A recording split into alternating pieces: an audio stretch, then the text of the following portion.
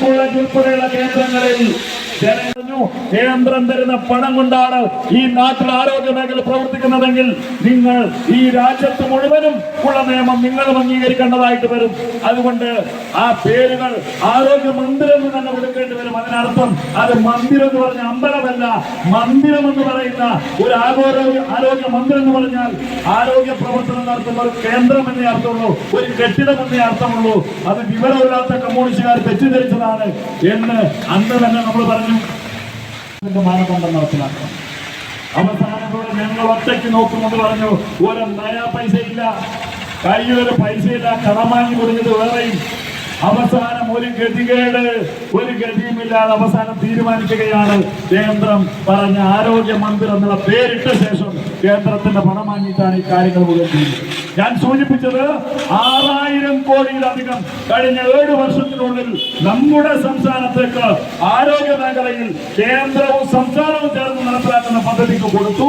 അത് കൂടാതെ NHM-ലൂടെ 4270 കോടി രൂപ NHM പദ്ധതിയിലൂടെ കേന്ദ്ര സർക്കാർ നേരിട്ട് നടപ്പിലാക്കി എന്നാണ് ഞാൻ സൂചിപ്പിച്ചത്. ആരോഗ്യ കേന്ദ്രങ്ങളിലുമെല്ലാം ഇന്ന് ആവശ്യത്തിന് ഡോക്ടർമാരുള്ളത്, താലൂക്ക് ആശുപത്രിയിലുള്ളത് കേന്ദ്ര ഗവൺമെന്റ് നൽകിയിട്ടുള്ള NHM പദ്ധതിയിലെ പണം ഉപയോഗിച്ച് ഡോക്ടർമാരും ലാബിലുള്ള ആളുകളും നഴ്സുമാരും ആരോഗ്യ പ്രവർത്തകരും ഉള്ളത് കൊണ്ടാണ് എന്ന് നിങ്ങൾ മനസ്സിലാക്കണം.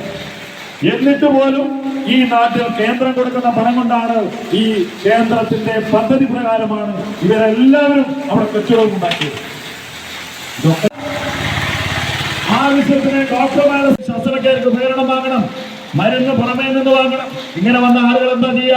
സ്വകാര്യതയെ സഹായിക്കാൻ വേണ്ടിയാണ് വീണ ജോർജ് പിണറായി വിജയന്റെ മരുമകൻ റിയാസിന്റെ അറിവോടുകൂടി ഈ കേരളത്തിലെ ആരോഗ്യ മേഖലയെ സ്വകാര്യ മേഖലയുടെ കയ്യിൽ കൊടുക്കാൻ വേണ്ടിയിട്ടാണ് ഈ ആരോഗ്യ മേഖല തകർത്ത് തരിപ്പണമാക്കാൻ ശ്രമിച്ചുകൊണ്ടിരിക്കുന്നത് എന്ന് ഭാരതീയ ജനതാ പാർട്ടി ആരോപിക്കാൻ വേണ്ടി തയ്യാറാവുകയാണ്, മുന്നോട്ട് കൊണ്ടുവരികയാണ്. NHM പദ്ധതിയിലൂടെ കേന്ദ്രം സഹായിക്കുകയാണ്. ഇതൊക്കെ പുറമെ നിങ്ങൾ ആലോചിച്ച് നോക്കൂ. ആരോഗ്യ ഇൻഷുറൻസ് പദ്ധതി 5 ലക്ഷം രൂപയുടെ ആയുഷ്മാൻ ഭാരത് പദ്ധതി നമ്മുടെ രാജ്യത്ത് നടപ്പിലാക്കി. പാവപ്പെട്ടവർക്കൊരു സഹായമാണ്. ആ പദ്ധതി കേരളത്തിൽ അട്ടിമറിക്കാൻ തുടക്കത്തിൽ തന്നെ സംസ്ഥാന സർക്കാർ CPM-ന്റെ ഭരണകൂടവും പാർട്ടിയും തയ്യാറായി. അവസാനം ഗതികേട് കൊണ്ട് നടപ്പിലാക്കി. അപ്പോഴാണ് കേന്ദ്രം ഇപ്പോൾ ഒരു പടി കൂടി കടന്ന് 70 വയസ്സ് കഴിഞ്ഞ പ്രായം ചെന്ന ആളുകൾക്ക് എന്തായാലും ആശുപത്രി പോകേണ്ടി വരും. അതുകൊണ്ട് അതിൽ സാമ്പത്തികമായ മാനദണ്ഡം നോക്കാതെ APL BPL ഭേദം ഇല്ലാതെ എല്ലാവരെയും സഹായിക്കാൻ കേന്ദ്രം തീരുമാനിച്ചു. ആയുഷ്മാൻ ഭാരത് മുതിർന്ന പൗരന്മാരെ അതിനുവേണ്ടി പദ്ധതി തയ്യാറാക്കിയപ്പോൾ സംസ്ഥാന ഗവൺമെന്റ് ആ പദ്ധതി അട്ടിമറിച്ചു. അത് കേരളത്തിൽ കേന്ദ്രത്തിന്റെ ആരോഗ്യ ആയുഷ്മാൻ ഭാരത് പദ്ധതിയുമായി ഇൻഷുറൻസ് കമ്പനിയുമായി MOU ഒപ്പുവെക്കാൻ, മെമ്മോറാണ്ടം ഓഫ് അണ്ടർസ്റ്റാൻഡിംഗ് എന്ന് പറയുന്ന കരാർ ഒപ്പുവെക്കാൻ സംസ്ഥാന സർക്കാർ ഇതുവരെ തയ്യാറായിട്ടില്ല. അതുകൊണ്ട് ദശലക്ഷക്കണക്കിന് വരുന്ന 70 വയസ്സ് കഴിഞ്ഞ ഒരുപാട് മുതിർന്ന പൗരന്മാർക്കാണ് കേന്ദ്ര സർക്കാർ പ്രഖ്യാപിച്ച 5 ലക്ഷം രൂപയുടെ ആരോഗ്യ ഇൻഷുറൻസ് പരിരക്ഷ ലഭിക്കാതെ പോയിട്ടുള്ളത് ആയുഷ്മാൻ ഭാരത് എന്നുള്ളതാണ്. മാതൃബന്ധൻ പദ്ധതി ഇവിടെ എത്തുമ്പോ അമ്മയും ശിശുവും സംരക്ഷണം പേര് മാറ്റുകയാണ്. അങ്ങനെ നിരവധി പദ്ധതികൾ. PM പോഷൻ, കേന്ദ്ര സർക്കാർ പ്രഖ്യാപിച്ച PM പോഷൻ പദ്ധതി, പാവപ്പെട്ട ചെറിയ കുട്ടികൾക്ക് അന്തരം PM പോഷൻ എന്ന് പറയുന്ന പ്രത്യേക പദ്ധതി കേന്ദ്രം കൊണ്ടുവന്നു. ആ പദ്ധതി ഇവിടെ പേര് മാറ്റി, ഇവിടെ അതിന്റെ പേരെല്ലാം മാറ്റിക്കൊണ്ട് അതെല്ലാം സംസ്ഥാന ഗവൺമെന്റിന്റെ ചിത്രമൊട്ടിച്ചുകൊണ്ട് അത് നടപ്പിലാക്കാൻ വേണ്ടി ശ്രമിക്കുകയാണ്. പദ്ധതിയുടെ പേര് മാറ്റിയാണ് നടപ്പിലാക്കുന്നത്. അതിൽ കോടിക്കണക്കിന് രൂപയുടെ അഴിമതി നടന്നിട്ടുണ്ട് എന്ന് ഇപ്പോ കേരളത്തിൽ രമേശ് ചെന്നിത്തല കോൺഗ്രസ് നേതാവ് സംസ്ഥാന സർക്കാരിന്റെ ആരോപണം ഉന്നയിച്ചിരിക്കുകയാണ്.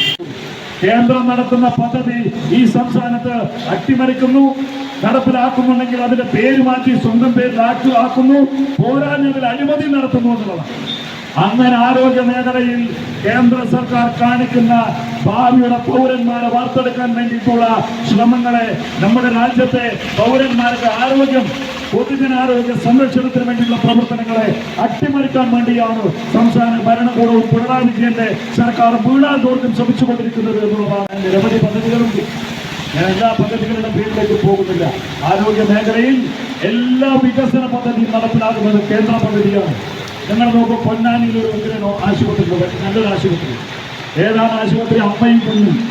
കേന്ദ്ര സർക്കാർ നൽകിയ പ്രത്യേക ഫണ്ട് ഉപയോഗിച്ചുകൊണ്ടാണ് നടപ്പിലാക്കുന്നത്. ആരോഗ്യ മേഖലയിലെ ആദ്യ ആരാച്ചാരുടെ പണിയാണ് ഇപ്പോ വീണ ജോർജ് എടുത്തുകൊണ്ടിരിക്കുന്നത്.